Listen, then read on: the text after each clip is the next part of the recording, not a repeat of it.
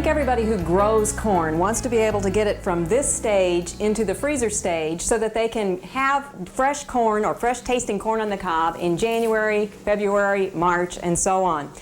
And I have probably heard about as many personal experiences and the very best ways to get it into that stage as anybody in the state of Oklahoma. I've heard of people who take it directly from the garden and put it right in their freezer without any treatment at all. Some peel it and put it directly in. Some put it in their dishwasher to blanch it. Some put it in their washing machine. Some try microwave blanching, steam blanching, and water boiling blanching. I'm going to give you my interpretation of the scientific research's best way to do this, and hopefully you'll give this one a try and find out that this one will work for you. Corn on the cob is a little bit tricky to get into the freezer because it's not all the same size. It comes out of the garden, it's got things sticking out on the end of it, some of them are bigger around than others, and so we want to first of all sort it for size. And that would be not only length to a degree, but also diameter, because the blanching process will be different for something that's this big around than for something that's this big around.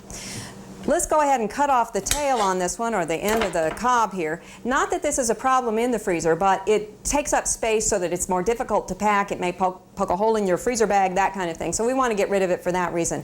We also want to cut them so they're all similar in length for size. So I have some that are cut here. I'm packing mine about 6 inches in length. You could do yours longer or shorter. 4 inches is a common length also. It's simply, again, for packing that I'm doing that. Now, I'm not going to throw this part away. I can get rid of whatever's on my finger, part of the rest of the corn. This I will save to either cook for dinner and we'll have a little party eating them all off there, or more often we'll use this for relish. So that is something that you save rather than discard. Now the next step will be to measure them for diameter. So we'll look through here and we'll get a couple of different ones. The diameter is because the wider it is, the bigger around it is, the longer it takes the heat to get to the center. This one, as you can see, is a little over 2 inches in diameter. This one is closer to 1.5. This one is closer to 1.5, as are these two here. So we could put all of these together as being similar in size and going into the blancher at the same time. Water blanching is the best choice. So we're going to go ahead and put these into the water blancher basket. This is also sometimes called a spaghetti pot because the water can go in real quick and drain away real fast. It's important that you start and stop cooking as fast as you can when you're blanching.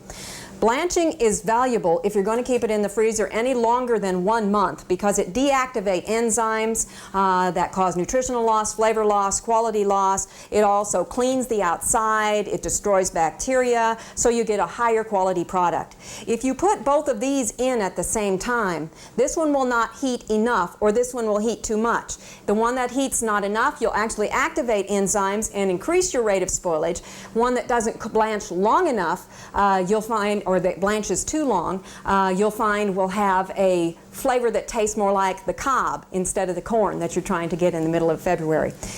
You put this into boiling water, submerged, begin blanching time as soon as you put it in, as opposed to water bath canning, which you begin after you bring the heat back to a boil, and then make sure you're ready to take it out as soon as your timer goes off.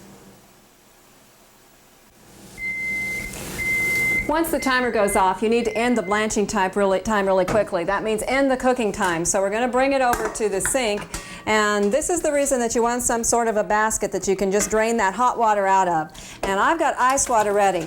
Now you need ice water or cold running water that's at least 60 degrees that you can run over the corn. This is to stop the cooking time so that the deterioration that's caused by the heat is ended as quickly as possible. This will take as long as it took to blanch, so that if you had ears that were 1 1/4 inches or less in diameter, this would take 7 minutes. 1 1/4 to 1 1/2, you do this for 9 minutes, and bigger than 1 1/2 inches in diameter, you do this for 11 minutes, so that you make sure that you stop the cooking quickly. Otherwise you get that long cooking time and the cobby taste come January when you want to eat it. If you're using ice, you need about 1 pound of ice for every pound of corn that you use. So you can make that in your plans for your run to the grocery store, or make plans to do that with your freezer ice maker beforehand.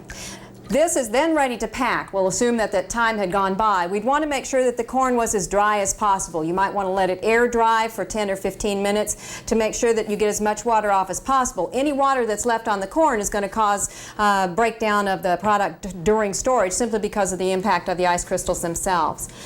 You then want to package it in a freezer container. Make sure that you label it with the date because corn can only be expected to last in your freezer. The best way that we do it for the maximum length of time will be 1 year. So you want to make sure that you run through there and rotate it out within that 1 year time when the next year's corn crop is ready.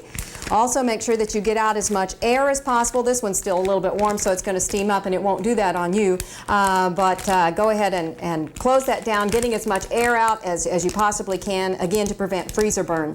When you're ready to eat this, corn is unlike most other vegetables in that it actually will be better eating and taste fresher if you allow it to partially dethaw. So get it out of the freezer ahead of time and give it some time to dethaw. That way it's able to spread apart in the cooking container and you get a more even cook and it becomes more flavorful. Try it this way. I think you're really going to like corn frozen using these techniques. For Oklahoma Gardening, this is Barbara Brown. We hope you enjoyed this video. It's part of our OK Gardening Classics YouTube channel. You can also find more recent videos on our Oklahoma Gardening YouTube channel. And join us on social media for great gardening tips, photos, and discussion.